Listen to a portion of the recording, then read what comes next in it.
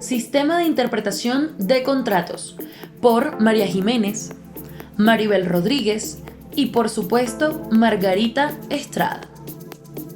El Código de Comercio y el Código Civil contienen pautas para la interpretación de la ley y particularmente de los contratos.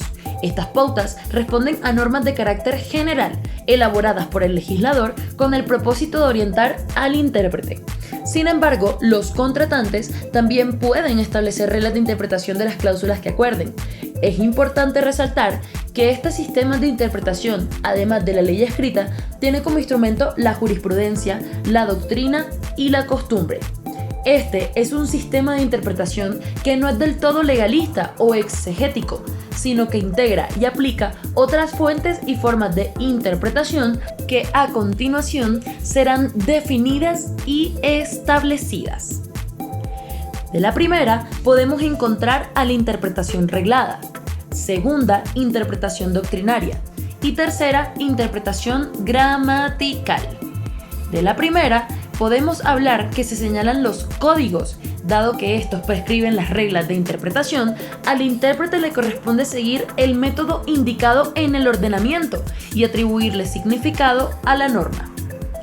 En la segunda es aquella que se realizan los autores de los libros, tratados, conceptos y memoriales. Por lo general, sirven de base para la construcción de la ley y las decisiones judiciales.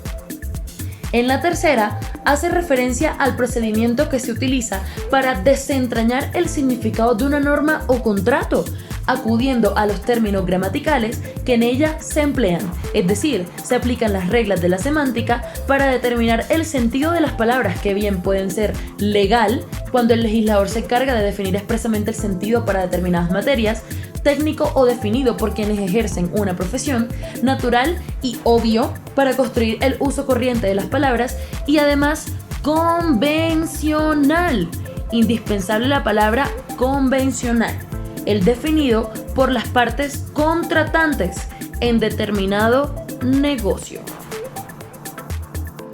Continuando con las interpretaciones, tenemos la interpretación objetiva, definida como aquella que considera el acto mismo a fin de determinar el alcance de las cláusulas del contrato, acorde con el sentido que se le puede atribuir.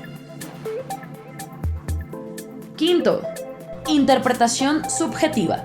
Es aquella en la que el intérprete debe indagar cuál es la intención de los contratantes, hallar el sentido que le da el autor en el momento de su creación. Sexto, interpretación lógica, empleada para deducir el significado de lo estipulado con el fin de descubrir el verdadero propósito de las partes, y si ello es imposible, el intérprete podrá acudir a otros contextos de carácter social. Séptimo, interpretación exegética, definida como aquella que busca desentrañar las intenciones del legislador.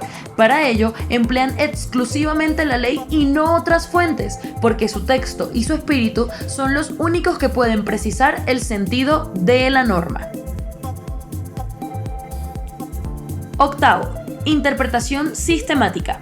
Aquí, el intérprete recurrirá a esta forma de interpretación. Si ninguna de las anteriores soluciona el problema hermenéutico de la norma. Para ello, debe recurrir al contexto de la ley y a las conexiones que existen entre cada una de sus partes, de manera que haya entre ellas armonía y correspondencia, a fin de determinar su sentido. Noveno, interpretación tecnológica. Tiene como finalidad indagar al objeto o al ratio legis o al espíritu de la ley o del contrato, independientemente de la intención del legislador.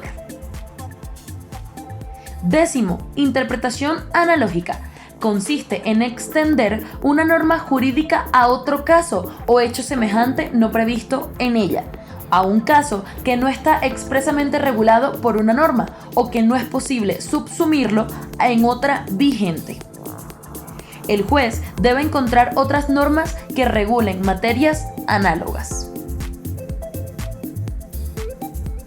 Con base en el artículo 8 de la Ley 153 de 1887, la analogía puede ser lex cuando se aplican otras leyes que regulan casos o materias semejantes, o puede ser iura, si se remite a la doctrina constitucional y a los principios generales de los derechos.